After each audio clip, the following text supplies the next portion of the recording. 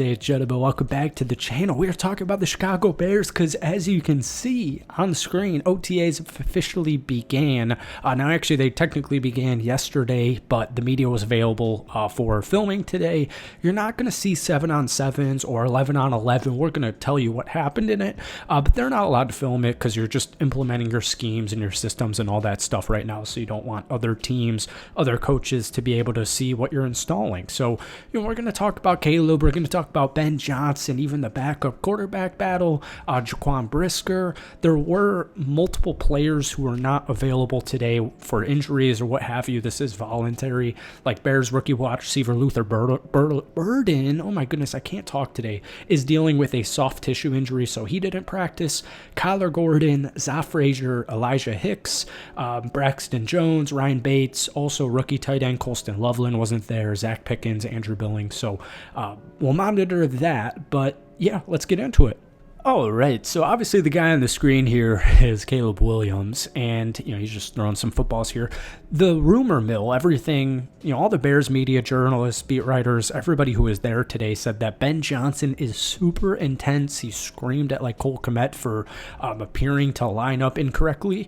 But speaking of Caleb, everybody's kind of saying the same thing, which it's just literally day 2 of OTAs for the Chicago Bears, so nobody really cares. Or sounded a little weird, but it's not a big deal in any way, shape, or form. I'm sure you guys saw Drake made through 4 picks yesterday in their second day of OTAs. I think Trevor Lawrence threw 3 or 4 or 2 the first day of OTAs for them. So it's just OTAs.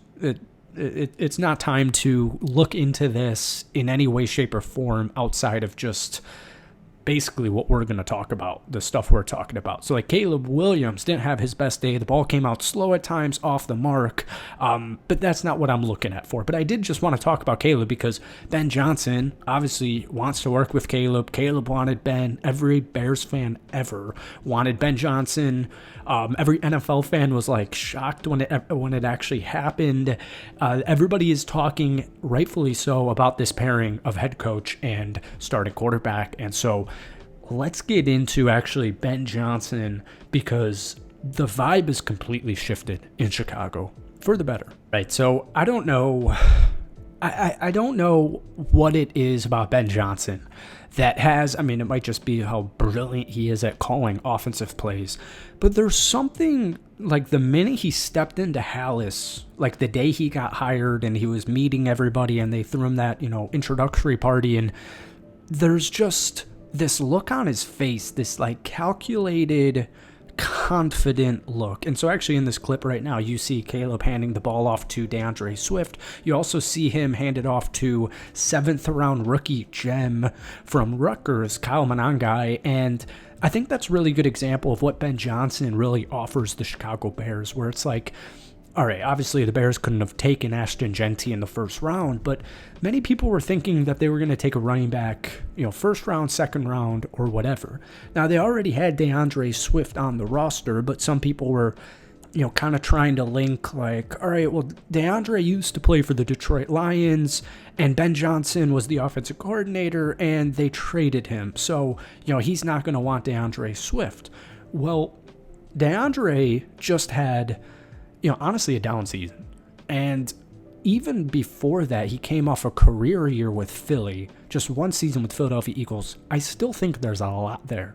I still think there's a lot potential and talent that has not been extracted from DeAndre Swift. And then you also have Rashawn Johnson, and now you have your kind of fun, fast, big-time player in your back pocket in Kyle Monangai. So I know Bears fans are absolutely amped up about Kyle. I am too. You watch the film, you just watch some of these highlights. The dude is fast. It's a really cool story, and the whole franchise, or I should say the whole fan base is really kind of uniting behind Kyle Monangai as being the gem, the steal of the Chicago Bears draft. So I wanted to throw that in there. There he is, number 25. But let's keep it moving. Number 9. Yeah, Jaquan Brisker back in action here. The Chicago Bears had a lot of moving parts, specifically on their offensive line and their defensive line with guys like, Dio, Grady Jarrett, the 3 offensive linemen from free agency. But the secondary this time last season, in my opinion, was the most slept-on secondary in the entire National Football League. And unfortunately, last year, mainly due to injuries, it just didn't end up happening, right? But on paper, this secondary is loaded. It's littered with studs.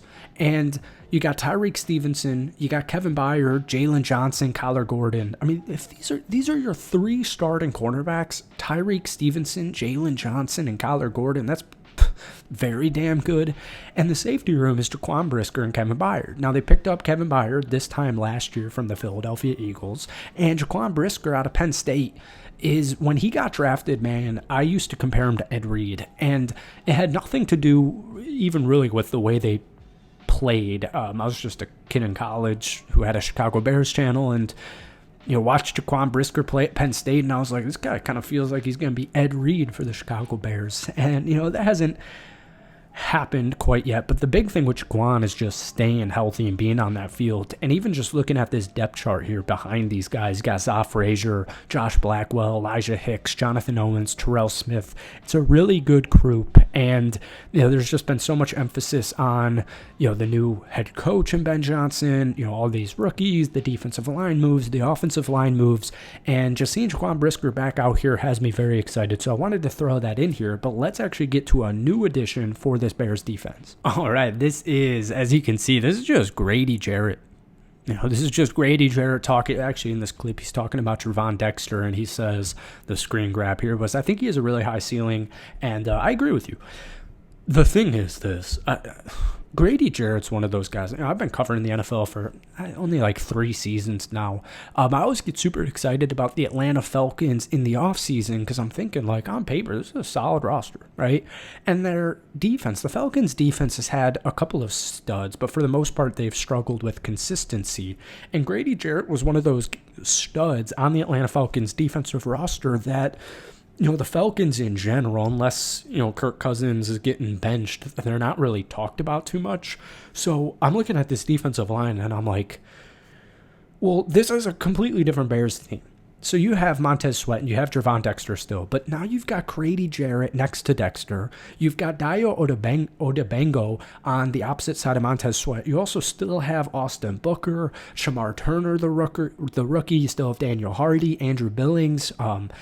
The Bears, it's no longer like, ooh, this guy, could be good.